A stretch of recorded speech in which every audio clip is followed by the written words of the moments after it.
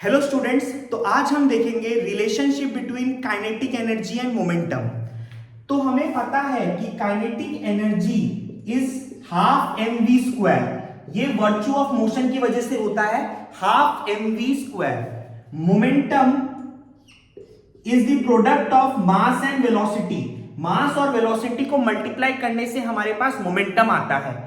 तो अब हमें एक एक्सप्रेशन निकालना है जिसमें ये दोनों काइनेटिक एनर्जी और मोमेंटम का टर्म हो। तो हम लोग क्या करेंगे, मोमेंटम में से v क्या होगा, मोमेंटम बाई m, इसको सब्स्टिट्यूट कर देंगे इसमें। v को हम लोग काइनेटिक एनर्जी वाले एक्सप्रेशन में ढाल देंगे। तो ये हमारा हाफ m, v क्या होगा, मोमेंटम का स्क्वायर बाय मास का स्क्वायर, क्योंकि v स्क्वायर है, m और m कटा तो काइनेटिक एनर्जी निकल गया हमारा मोमेंटम का स्क्वायर बाय 2m। तो ये हो गया relationship between kinetic energy and momentum. Kinetic energy is momentum का square by 2m। Kinetic energy is momentum का स्क्वायर बाय 2m।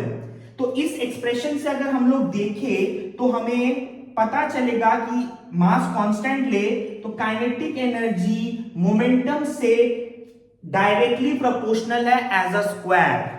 मोमेंटम का स्क्वायर अगर हम लोग करेंगे तो वो काइनेटिक एनर्जी से डायरेक्टली प्रोपोर्शनल है। Kinetic energy is directly proportional to square of momentum. मतलब अगर मोमेंटम 2 गुना हो रहा है तो काइनेटिक एनर्जी 4 गुना होगा। जो भी मोमेंटम होगा उसका स्क्वायर ही काइनेटिक एनर्जी होगा। मास कांस्टेंट है। अगर मोमेंटम 3 गुना हुआ तो 3 का स्क्वायर काइनेटिक एनर्जी 9 गुना हो जाएगा।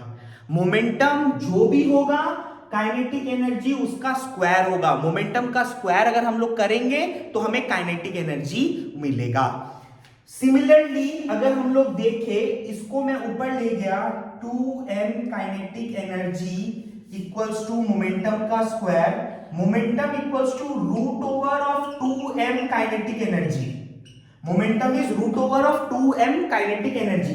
अब काइनेटिक एनर्जी अगर हमारा 2 गुना हो रहा है तो मोमेंटम क्या होगा, रूट ओवर ऑफ 2। मोमेंटम क्या होगा, रूट ओवर ऑफ 2। तो momentum is directly proportional to root over of kinetic energy. ये अलग चीजें नहीं है, एक ही चीज है। ये स्क्वायर यहां पे गया तो रूट ओवर हो गया, वही बात है।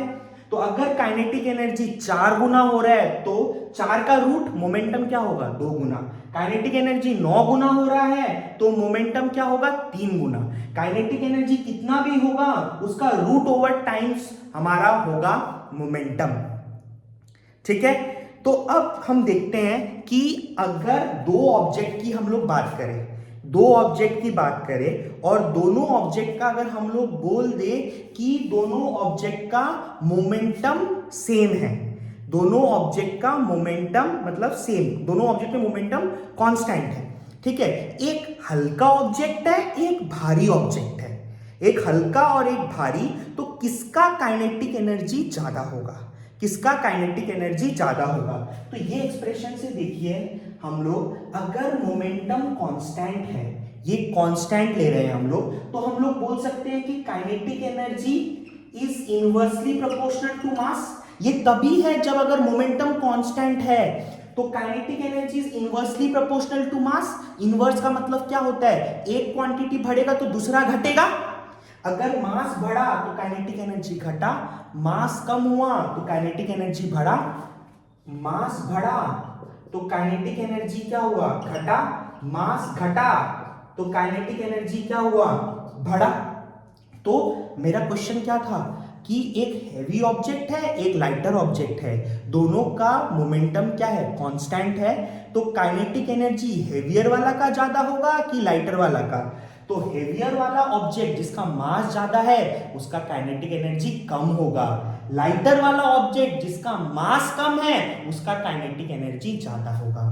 मोमेंटम कांस्टेंट होने से हेवियर वाला ऑब्जेक्ट का काइनेटिक एनर्जी कम, लाइटर वाला ऑब्जेक्ट का, हल्का वाला ऑब्जेक्ट का काइनेटिक एनर्जी ज्यादा। सिमिलरली अब अगर बोले कि काइनेटिक एनर्जी हमारा कांस्टेंट है, दो ऑब्जेक्ट में काइनेटिक एनर्जी अब हमारा कांस्टेंट है, काइनेटिक एनर्जी कांस्टेंट है हमारा, तो मोमेंटम का स्क्वायर वही 2m काइनेटिक एनर्जी होगा। काइनेटिक एनर्जी कांस्टेंट है तो वो क्या होगा, मास और मोमेंटम का क्या होगा, डायरेक्टली होगा, मास और मोमेंटम का क्या होगा, डायरेक्टली होगा। इसका मतलब जिसका मास ज्यादा उसका मोमेंटम ज्यादा, जिसका मास कम उसका मोमेंटम कम। ये कब होगा, जब हमारा काइनेटिक एनर्जी कांस्टेंट है। तो काइनेटिक एनर्जी सपोज एक काइनेटिक एनर्जी दो ऑब्जेक्ट्स का बात कर रहे हैं तो काइनेटिक एनर्जी सेम हो गई अगर, ठीक है। तो अब सवाल ये है कि हेवियर वाला का मोमेंटम ज्यादा होगा कि लाइटर वाले का मोमेंटम ज्यादा होगा। हेवियर वाले का मोमेंटम ज्यादा होगा, लाइटर वाले का मोमेंटम कम होगा। Is it clear? तो ये हो गया हमारा relationship between kinetic energy and momentum. क्या देखा हमने, काइनेटिक एनर्जी क्या होता है, मोमेंटम का square by 2m। Similarly momentum क्या होता है, 2m काइनेटिक एनर्जी का रूट ओवर। ठीक है, तो ये हमने देखा relationship between kinetic energy and momentum बहुत ही आसान तरीके में। Thank you.